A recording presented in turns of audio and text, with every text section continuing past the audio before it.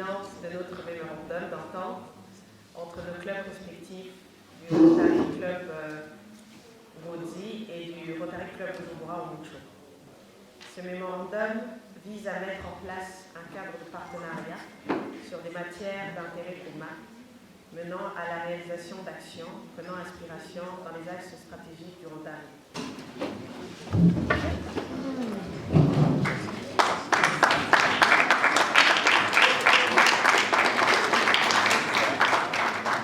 Hari kuri uwa gatanu aho Club Rotary y'Ingozi yunga ubucuti na Rotary Umuco y'Ibujumbura.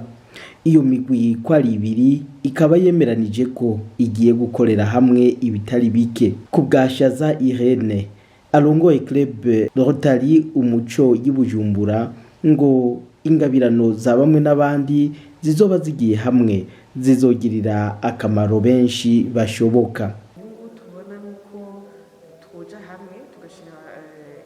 Hamwe tugashira ingabirano za bamwe n'abariya hamwe kugira ngo tubandanye dukora ibikorwa by'iterambere bikora ku buzima bw'abantu.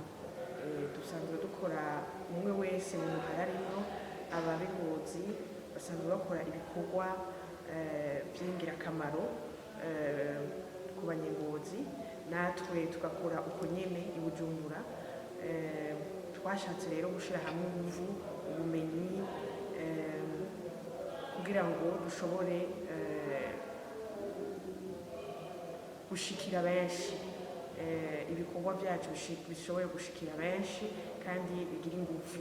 Kabaye n'akaryo ko gutanguza ku mugaragaro umurwi w'ugwaruka wiswe Rotary Club ku Gasaka. Abo bakaba ari abafise imyaka iri hagati ya 18 na 30.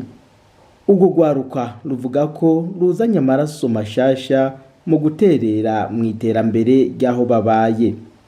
Ku maraso mashasha tuzanye muri Rotary, musanzwe yoyo urumva ko ihurikiyemo abantu bakuze, barafise uburyo, barafise experience, ariko natwe turafise ingufu, turafise n'ibyo turiko turiga ku mashuri. Haba n'ibindi bibazo tugenda tubona, nibaza ko tuzokorana nabo kugira ngo dushobore guteza imbere igihugu. Rero amaraso mashasha tuzanye nayo kongereza ingufu za bakuru bacu canke z'abatutangiye imbere kugira dushike ku iterambere riramo. Tumenyeje ko n'iyindi migwi ya Rotary y'Ibujumbura yari yahishikiye gushigikira abo bunze ubucuti.